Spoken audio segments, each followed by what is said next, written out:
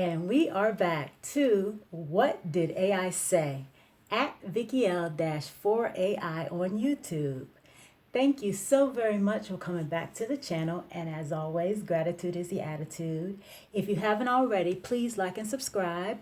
And let's go ahead and jump right into today's question. We're actually on episode number 56. We're going to start with Chatgpt. Here we go. Is China's cashless society erasing citizens' digital identities, causing joblessness and homelessness? Good question. The short answer, no. China's move toward a cashless society is not erasing people's digital identities or directly causing widespread joblessness or homelessness, but it does create real risk for certain vulnerable groups. Below is a clear factual breakdown. What is true? 1. China is one of the most cashless societies in the world. Mobile payment systems like WeChat Pay and Alipay dominate almost all daily transactions. Many businesses are cash optional, and some refuse cash despite government reminders that cash must remain accepted. Okay, let me repeat that.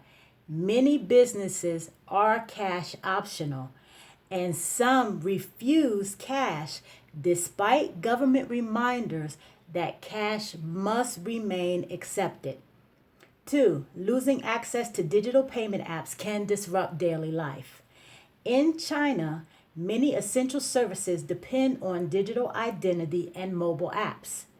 Transportation, buses, metro, taxis, food purchases, banking, access to buildings or workplaces, health insurance records, travel tickets, social services. This means people with lost phones, frozen accounts, or expired IDs may be unable to function normally. 3. Vulnerable groups are at higher risk. Groups affected can include elderly people who struggle with smartphones, rural migrants with unstable documentation, individuals whose digital wallets are frozen for legal or financial issues. Let me just comment on that real quick because, there are a lot of scams going on. And that, with that being said, let's say that you're in the midst of a scam and your bank account is frozen, which is what they typically do. What do you do? What do you do until the investigation is done? Okay, let's continue. Homeless people who cannot maintain a phone or ID. People who fall into bureaucratic limbo. For example, account verification issues. How long have you had to wait to get something verified? Continue. In these cases, digital exclusion can cut access to work opportunities, limit ability to purchase necessities, make it difficult to apply for assistance, and this can worsen existing poverty or homelessness. What is not true? China is not intentionally erasing digital identities. There is no evidence of a government program aimed at deleting citizens' digital profiles to produce joblessness or homelessness. Cashlessness itself does not cause mass homelessness. Economic and social factors, for example, housing costs, migration rules, unemployment, health issues, remain far more significant drivers of poverty. Where the confusion often comes from. People often misunderstand 3 real phenomena. 1. Social credit misunderstandings. Western media frequently mischaracterizes China's social credit system as a single centralized blacklist controlling total access to society. In reality, it is many separate systems, mostly focused on businesses. Personal penalties are limited to specific legal violations. For example, unpaid court judgments, travel restrictions. It is not a system that deletes identities or removes people from society. 2. Frozen bank accounts or WeChat accounts. If legal disputes occur, ID verification fails, suspicious activity flags are triggered, accounts may be temporarily frozen, which can severely disrupt life in a cashless world. Let me repeat that. Frozen bank accounts or WeChat accounts. If legal disputes occur, ID verification fails, suspicious activity flags are triggered. We were just talking about when people are scammed. That's suspicious activity. Accounts may be temporarily frozen, which can severely disrupt life in a cashless world. That's what we were just talking about. 3. Digital divide problems. People without phones, stable internet, updated government IDs face real obstacles. This is a serious digital inequality issue, not a deliberate erasure. Bottom line, China's ultra digital economy amplifies the consequences of losing digital access. This can indirectly worsen poverty or exclusion for already vulnerable groups. But it is not erasing digital identities. It is not intentionally creating joblessness or homelessness. The issues arise from technological dependence, bureaucracy, and digital inequality.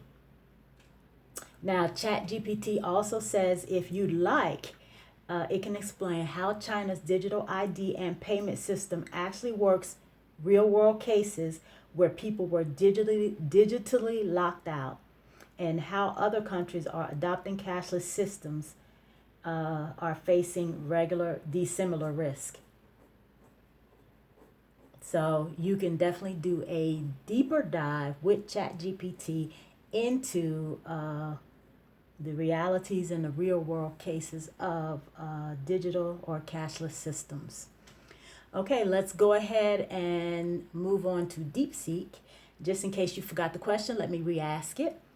Is China's cashless society erasing citizens' digital identities, causing joblessness and homelessness? Okay, here we go. Based on current information, there is insufficient evidence to support the claim that China's cashless society is directly causing widespread joblessness and homelessness. The reality is more complex, with the digital economy creating new job opportunities while also presenting challenges. The digital economy's impact on jobs.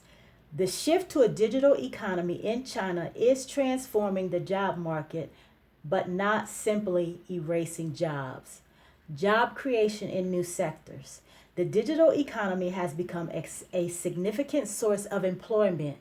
It has created new opportunities, particularly for socially vulnerable groups. For instance, it allows disabled people to find work in the ICT sector, run personal online stores on platforms like Taobao, or manage social enterprises. A study on non-financial companies also found that while the digital economy initially suppressed labor demand, it later promoted it, showing a U-shaped relationship.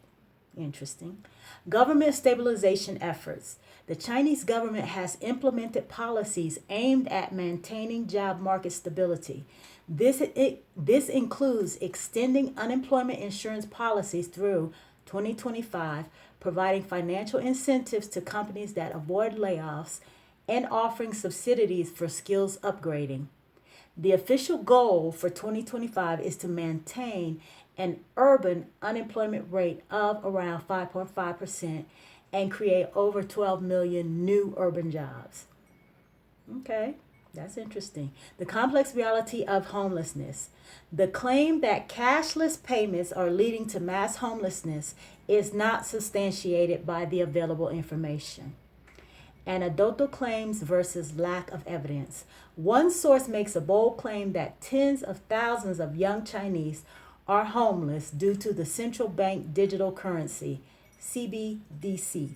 But this comes from an unverified social media post and provides no evidence. Other sources suggest that homelessness in major Chinese cities is often made less visible through various management policies rather than being a direct consequence of a cashless system. Financial inclusion. Research indicates that digital payment tools can have a positive effect on certain economically vulnerable groups. One study focused on rural households found that mobile payment adoption helped, increase consumption by reducing transaction costs and erasing financial constraints. Weighing the broader perspective. To fairly assess the situation, it's important to consider the broader context. Dominance of digital payments. China is a global leader in digital payments with platforms like Alipay and WeChat Pay dominating daily transactions. This shift is largely driven by convenience and widespread adoption. Very interesting. Convenience and widespread adoption. Acknowledge concerns. Some commentators do raise valid concerns about the potential for control in a cashless society, such as the possibility of financial exclusion if a digital system is linked to a social credit system. However, these remain hypothetical scenarios rather than documented widespread problems. In summary, the digital economy presents a dual picture. It is actively creating new job opportunities and is supported by government policies aimed at stability, while also raising legitimate questions about privacy and control that warrant attention. Deepseek also asks if you are interested in the job market trends for a specific group, such as university graduates or the development of social safety nets in the digital era. If you want to take a deeper dive with Deepseek, you can do so. Okay, so that was a mouthful, and we got a great deal of information from both Chatgpt and Deepseek. So how does any of this affect our daily lives? Well, as many Americans know, there is a push by many to go to a completely cashless system. I think that it, of course, should always be a choice that can be made by American citizens for their own lives or for their own conveniences. Those who want it should be able to choose to have it, and those who don't should also be able to choose to have it. Forcing American citizens to do anything after the COVID-19 situation, I am completely against. If we are a free society, which many claim that we are, then we should behave as a free society, which means that people have the right to choose. I am extremely concerned about, our older generation when it comes to cashless society, including myself, because like many, I'm not big on electronic devices. I do what I have to do in order to maintain and do the things that I want to do, but sometimes I leave the house without my phone. Sometimes I misplace my phone. And I know that I'm not alone because I know my mom does the same. Sometimes her phone's not even charged, So I'm not interested in having to depend on my phone 24/7, having it on, having it with me at all times. Not interested in that at all. So for me, more than likely, I will choose to have a half cashless, half cash. That's how I live. That's what I'm comfortable with. And if someone else wants to make the decision to go completely cashless, that's on them. But forcing a cashless system on everyone, I'm not for that. I think everyone should be able to make their choice. Okay, that's all I have on that. Let's go ahead and move to our positive saying for today. And let's see if I know who it comes from. Actually, no, I don't have a name on this one, but it is a pretty good one. Okay, so here we go. A person who has walked through their own shadow is far less likely to cast it on others. That's a good one. Let me repeat it. A person who has walked through their own shadow is far less likely to cast it on others. For me, I translate this as a person who has dealt with their own insecurities, healed from their own trauma, is far less likely to traumatize others and treat others badly due to their own insecurities. So that's how I see that. And I completely agree with that statement. Okay. Thank you so very much for giving me about, I don't know, 16 and a half minutes of your time. Hope you got something out of the information shared today. I know I did. Again, episode number 56. One last time, if you haven't liked and subscribed, please do so. And I'll see you next episode. Peace.